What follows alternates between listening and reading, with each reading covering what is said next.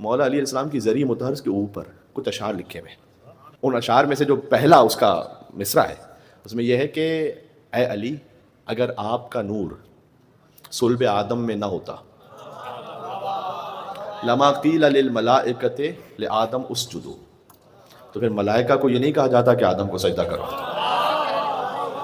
یہ مولا علی کے ذریعے پہ لکھا ہوا ہے. اسجدوا کا مطلب ہے سجدہ کرو. ملائکہ کو نہ کہا جاتا اسجدوا، لما قیل ملائکہ کو نہ کہا جاتا للملائکۃ آدم کو اسجدوا سجدہ کرو. ولولا اگر اے علی آپ نہ ہوتے تو ما قال قائل، نہ میں کہہ پاتا نہ کوئی کہنے والا کہہ پاتا لمالک یوم الدین ایاک نعبد، مالک یوم الدین کو کوئی ایاک نعبد کہنے والا نہ ہوتا اگر آپ نہ ہوتے. سمجھ میں آئی بات؟ یعنی کوئی الحمد تک نہ پڑھ پاتا، دین ہی نہ رہتا، شریعت ہی نہ رہتی اگر آپ نہ ہوتے. ملائکہ کو نہ کہا جاتا اسجدوا، اور آپ نہ ہوتے تو کوئی کہنے والا نہ ہوتا ایاک نعبد. یہ شعر وہاں لکھا ہوا ہے جس کو فارسی زبان کے بہت بڑے شاعر مولوی انہوں نے اس طرح سے کہا کہ تا صورت امکان جہان بود علی بود، تا نقش زمین بود و زمان بود علی بود، مسجود ملائک کے شد آدم سے علی شد، آدم تو یہ کی قبل و مقصود علی بود. کہتے ہیں جب سے زمین و زمان ہے تب سے علی ہے، جب سے مکین و مکان ہے تب سے علی ہے. پھر کہتے ہیں کہ آدم علیہ السلام کے لیے جو کہا گیا ملائکہ کو کہ سجدہ کرو، آدم تو یہ کی قبل و مقصود علی بود.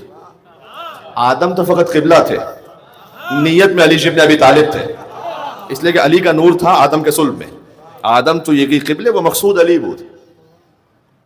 اگر تعجب ہو رہا ہے تو مولا علی کے ذریعے پہ جانا اور یہ شعر پڑھنا تو پھر یقین آ جائے گا. آگے تو مولوی نے تو اور بھی آگے لکھا ہے. یہ مولوی وہ نہیں کہ جو آپ کسی کو مولوی صاحب کہتے ہیں، یہ فارسی زبان کے سب سے بڑے شاعر ہیں، ان کی بات ہو رہی ہے.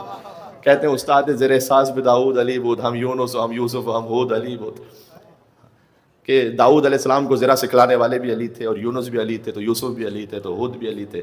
ہاں، اور وہ جو حضرت سلیمان کے ہاتھوں میں انگشتری تھی اس میں ایک نگینہ تھا، اس نگینے میں نور خدائی کے در عبود علی بود.